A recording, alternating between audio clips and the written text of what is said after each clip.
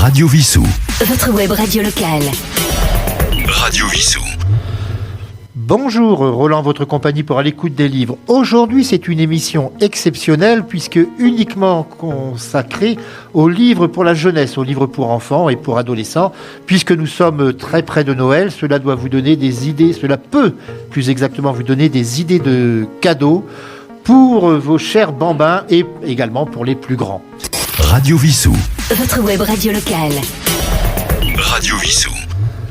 Je suis maintenant en compagnie de Bob Garcia pour une série de livres parus aux éditions Parodisiaque, Le Petit Tintin.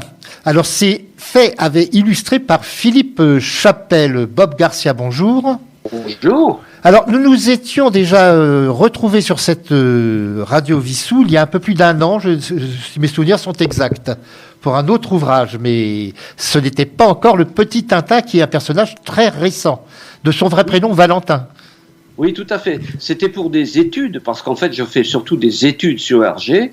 J'essaye de trouver les sources, les influences, de quoi Hergé s'est inspiré pour son œuvre. Et on avait probablement dû parler de Tintin et l'Histoire, le dernier qui est paru aux éditions Declet Brouwer. C'est vrai, c'est tout à fait cela. Voilà. Et maintenant, alors, il faut qu'on parle quand même, pour parler de Tintin, ce n'est jamais très facile, car il y a un monsieur qui est en Belgique, qui s'occupe de la société Moulinsart et qui met beaucoup de bâtons dans les roues à tous ceux qui veulent parler de Tintin. Oui, il n'a pas encore bien intégré la notion de parodie, justement. Il a fait un procès il y a quelques années aux éditions Léopard Masqué, du Léopard Masqué, pour des parodies qui s'appelaient Saintin et son ami Loup, dans laquelle j'avais signé, série dans laquelle j'avais signé le tome 2, Le vol des 714 porcinés, qui était vraiment une parodie, rien que le titre le dit.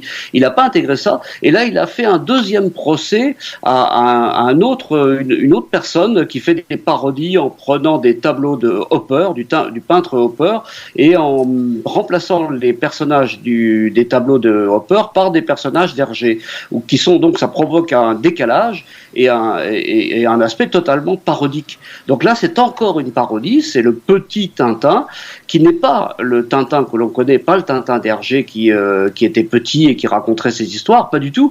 C'est un petit garçon qui s'appelle Valentin, que je connais très très bien, puisque c'est quelqu'un de ma famille, très proche, et qui était surnommé Tintin quand il était petit.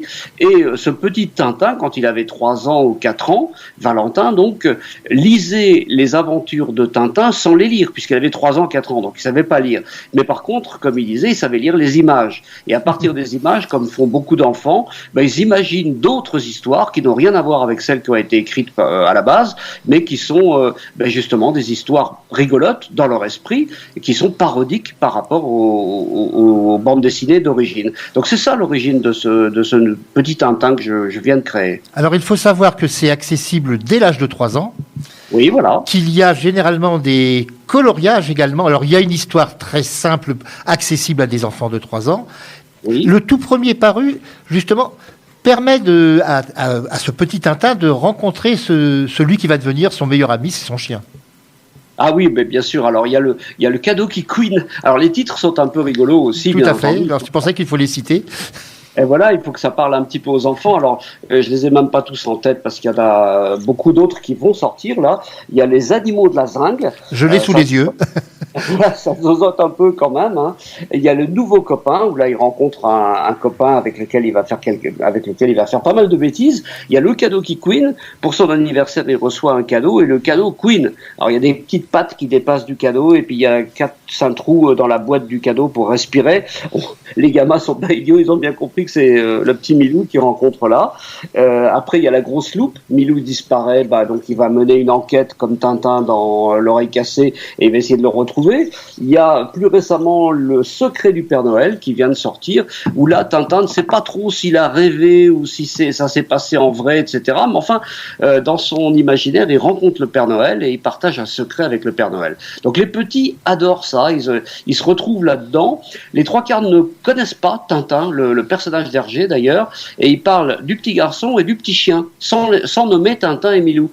Et ceux qui ont vu les dessins animés savent de quoi il s'agit, bien sûr, mais les plus petits n'ont pas vu les dessins animés, ils ne savent absolument pas qui c'est. Donc c'est une occasion aussi de découvrir la vraie œuvre d'Hergé à travers ces petits ouvrages. Alors, je crois même qu'il y aura un personnage qui rappelle un certain professeur Tournesol. Oui, il y a le professeur Tournesol, parce que là c'est pareil, quand on entend ça à l'âge de 3 ans, on interprète professeur pour 3 ans, ça ne veut strictement rien dire. Donc là ça devient le professeur. Et Tournesol, c'est pareil, ça ne veut rien dire Tournesol. Donc ils transposent ce qu'ils entendent dans leur petit langage de 3 ans, et puis ils se déguisent avec la grande veste verte de papa, le chapeau du grand-père, etc. Et puis ils font des petites bêtises en reprenant quelques images des albums de Tintin, il parodie ces images en faisant une autre histoire qui est rigolote à hauteur de 3 ans. Voilà le principe de ces petits ouvrages-là. Alors, il conviendrait de parler de l'illustrateur. Alors l'illustrateur, c'est Philippe Chapelle. Il a une longue carrière, il a déjà illustré pas mal d'ouvrages. Je ne les ai pas en tête, mais je sais qu'il travaille aussi pour les éditions du Rocher. Il a fait un gros roman graphique dans le style réaliste très récemment. Et ensemble, on a réfléchi à quelle tête on pourrait lui donner à ce petit Tintin en s'inspirant de mon propre Valentin. Et puis des personnages qui l'entourent, qui sont aussi des personnages réels. Tous existent d'ailleurs. Victor, son nouveau copain, il existe. C'est une personne très proche aussi. Et la petite fille qui va rencontrer dans un prochain album, elle existe aussi. Donc la bande dessinée, enfin les petits dessins là sont bourrés de références et de clins d'œil à des personnages qui existent et que Philippe Chapelle s'amuse évidemment à remettre dans leur contexte. Donc voilà pour les dessins Philippe, mais d'autres dessinateurs nous rejoignent, notamment Nicolas Sterrin avec qui j'ai beaucoup travaillé aussi et qui fait déjà des parodies de Tintin d'ailleurs avec un personnage qui s'appelle Zinzin et Pignouf, donc c'est complètement déjanté, c'est rigolo, mais voilà, il a trouvé ce petit personnage de Tintin, Valentin rigolo, et puis donc il va signer il est en train de faire deux albums déjà, et peut-être d'autres, puisque apparemment ça a l'air de lui plaire, et puis d'autres personnes encore qui vont nous rejoindre dans cette nouvelle aventure. Alors, les éditions parodisiaques ont-elles été créées pour la circonstance ? Ah non, ça existe depuis 15 ans. Ça a été créé en 2009, je crois, et elles ont déjà publié très peu de choses parce que c'est une association et ça vivote en fait, pour tout dire. Et peut-être que d'ailleurs cette série-là va permettre aux éditions parodisiaques d'avoir un peu plus de visibilité et d'éclairage. Mais il y a eu déjà plusieurs ouvrages qui ont été faits, qui sont des recueils de parodies tintinophiles justement. Donc c'est pas une nouveauté, c'est pas une nouvelle maison d'édition et c'est pas non plus un scoop, je dirais, que les éditions parodisiaques fassent de la parodie tintinophile. Alors j'ai pu voir sur Facebook assez souvent vous mettez des photos prises lors de salons du livre et les jeunes enfants ont l'air très intéressés par votre collection. Ah mais oui, c'est hallucinant. Alors ils se projettent là-dedans, ils se reconnaissent, bien entendu. Des petits qui ont 3 ans, 4 ans, qui savent pas encore lire, ils voient ces images-là et puis ils voient un petit Tintin qui a un coffre au trésor dans les mains, déguisé en pirate, ça les interpelle. Ils en voient un autre qui reçoit un cadeau d'anniversaire qui couine. Donc je leur explique aussi à chaque fois de quoi il s'agit. Évidemment, ça leur donne envie de savoir ce qu'il y a dans le cadeau d'anniversaire. Ils voient un petit Tintin avec une grosse loupe qui observe son Milou tout près. Ça les amuse. Ils voient le petit Tintin qui imite les animaux de la jungle là et qui fait une petite parodie de Tintin au Congo, mais il quitte pas sa chambre. Tout ce qui se passe dans sa chambre. Et puis évidemment le tout dernier, le secret du Père Noël, où là Tintin a son doigt, son index qui barre sa bouche et qui fait chute. Le Père Noël fait chute aussi. On comprend qu'ils ont un petit secret ensemble et évidemment les enfants ont envie de savoir de quoi il s'agit. Donc oui, ça les attire vraiment énormément. Le plus petit que j'ai eu, la plus petite d'ailleurs, c'est une petite fille, elle avait pas encore 2 ans, et la plus grande, à mon grand étonnement, elle avait 8 ans. Donc ça couvre vraiment une palette d'enfants selon leur centre d'intérêt et selon leur degré de qu'est-ce qu'on peut dire, de maturité, je ne sais pas, de ce qui les attire en tout cas. Ça couvre un public qui va de 2 à 8 ans pour l'instant. Et il est probable que ces jeunes lecteurs deviendront plus tard des lecteurs de Tintin, la série de Hergé.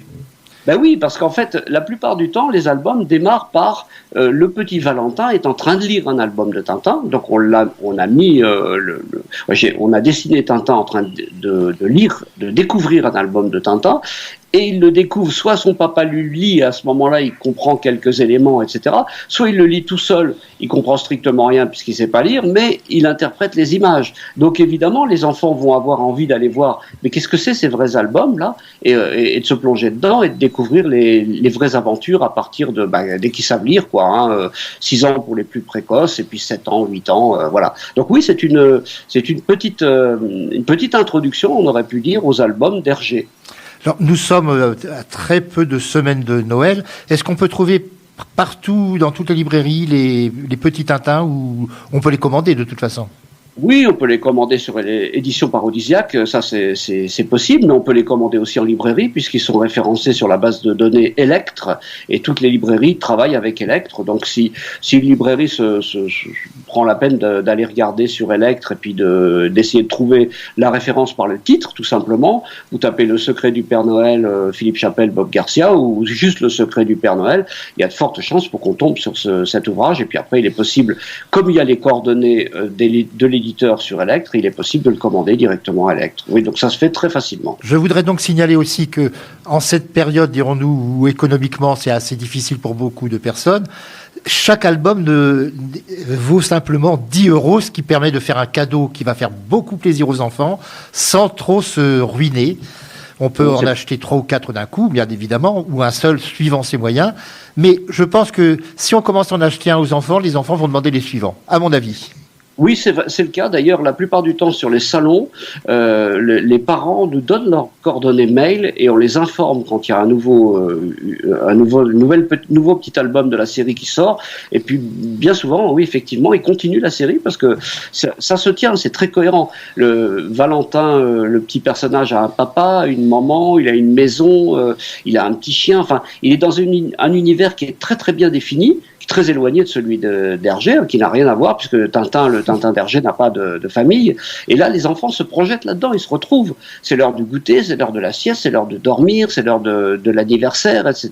Donc c'est leur petite vie, finalement, qu'ils retrouvent là-dedans. Ça leur plaît beaucoup.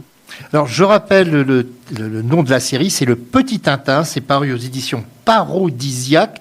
Les auteurs sont Bob Garcia pour le texte et Philippe Chappell pour les illustrations. Le dernier titre en date, c'est donc Le Secret du Père Noël, mais il y en a d'autres, parmi lesquels celui que j'ai entre les mains, Les Animaux de la Jungle. Alors, je fais bien attention à zozoter. Oui, Les Animaux de la Jungle, c'était le premier, en fait. Mais derrière ces albums, là, il y en a peut-être 6 ou 7 déjà de publiés. Il y en a 6 autres qui sont pratiquement terminés et qui vont sortir en janvier, février, mars, enfin voilà, selon les salons et les événements. Faut trop de livres, tu le livres, donc il faudra essayer de les étaler un par mois, on va dire. Voilà, quelque chose comme ça. Alors, pour conclure cette émission, nous concluons toujours en musique. C'est un petit garçon. Nous allons écouter une chanson qui, en plus, nous sommes en période de Noël, elle est de circonstance. C'est Petit garçon par Graham Allwright.